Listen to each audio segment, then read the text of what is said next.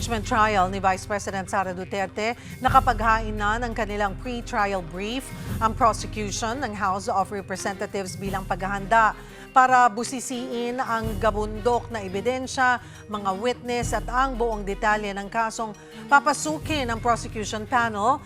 Magkakasama natin ang isa sa mga public prosecutors mula sa House of Representatives, Congressman Terry Ridon. Magandang tanghali po sa inyo, Kong. Magandang tanghali. Maraming salamat sa pag-imbita.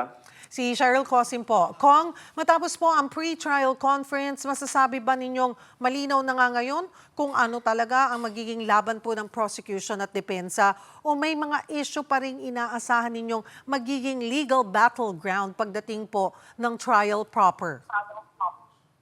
Wala na ho, tuloy na po yung paglilitis sa July 6, no? So, ilan na lang naman po yung mga procedural na bagay po na kailangan pong pagdesisyonan. Pero handa-handa na ho kami na maglatag po ng ebidensya on threats, on confidential funds misuse, on bribery and unexplained wealth. Mayroon ba ho kayong witness na inaasahan ninyo magiging game changer talaga o posibleng maging turning point ng impeachment trial? Well, marami pong mga witness no, in each and every article. No? So I wouldn't say na that will serve as a turning point. And I mean, we will have a lot of turning points in the trial itself.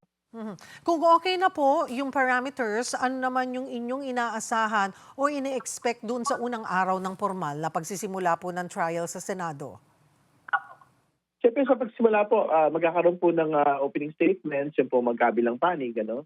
At tapos siguro yung mga ilan pong mga manifestasyon at motion, pwede hong talakayin ng Senate Impeachment Court, particular ho yung usapin ho ng marking at unsealing po ng BIR box. No? So yan po ay bagay na inasahan po namin pagdidesisyonan po ng Senate Impeachment Court whether on the first day or on whichever day that they would want to decide on it.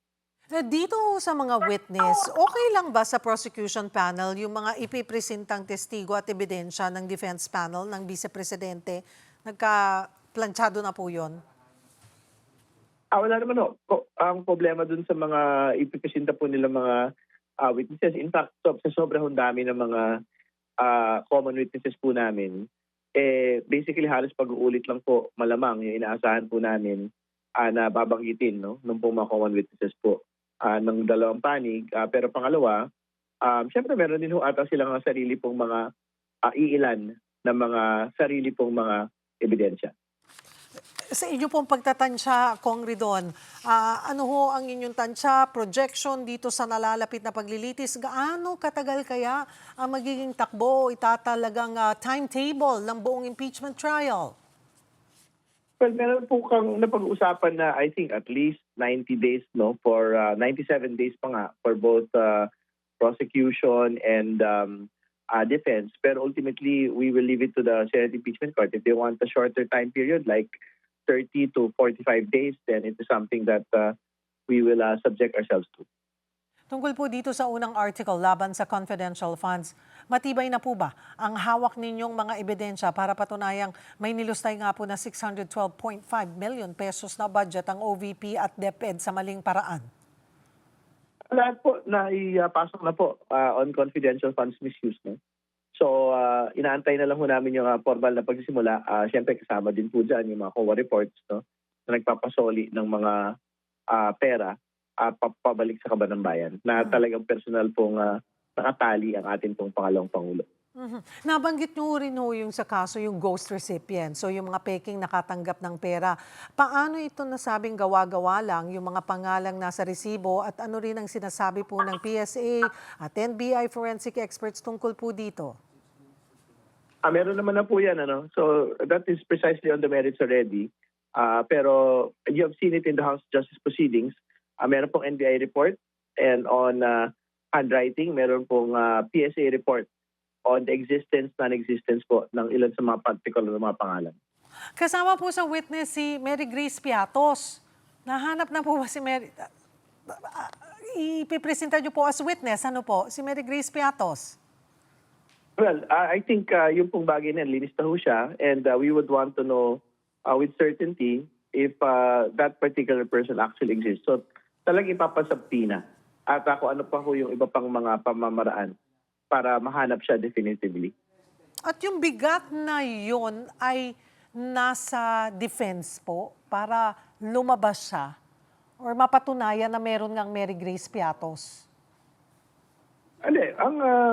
Ang mayor po na usapin diyan ay does she or he actually exist, no? So ibig sabihin, a subpoena will hopefully be issued on that person, and if that person doesn't actually appear before the Senate impeachment trial, it will be one of the basis to say na baka hindi naman talaga totoong tao ito, and kung hindi ito totoong tao, sino yung pumirma doon po sa mga acknowledgement receipts po na ito. Dito naman po sa Article 2 tungkol sa SALN at unexplained wealth, bakit itinuturing na depektibo at iligal ang pagtalon ng yaman ng Vice Presidente mula sa 7.2 million pesos patungong 88.5 million pesos? At paano po ito naapektuhan ng pagdeklara niya ng zero cash sa bangko?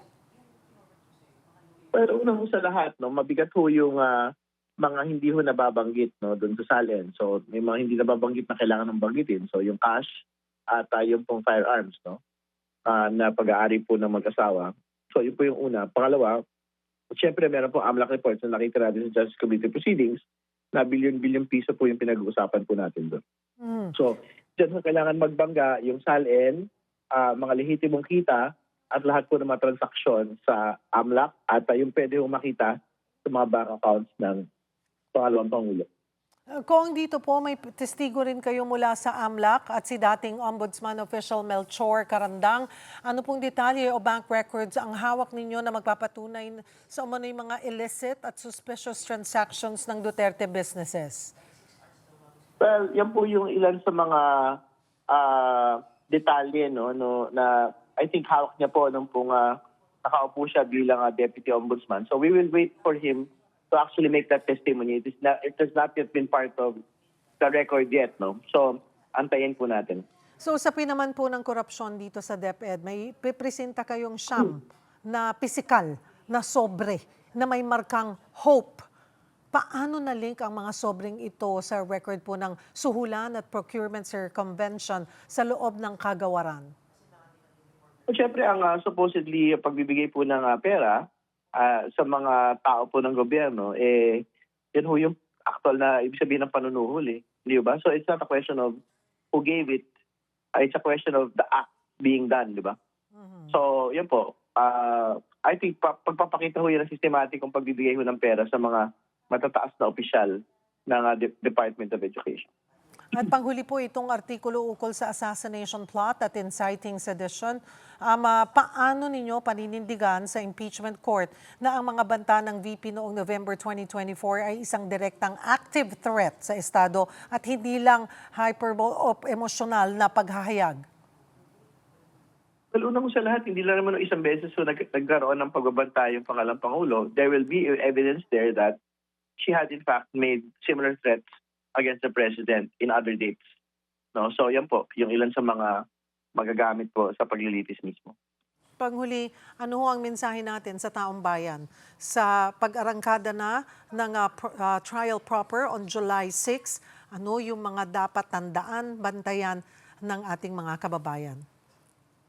Well, mahalaga po na makilahok po talaga yung mga kababayan ho natin dito. Huwag po nating iwanan sa mga malaking mga politiko lamang ang bagay nito sa mga kongresista, senador at pangalang Pangulo. Dahil sa dulo-dulo, tungkol po sa ating lahat, ito pong impeachment po na ito.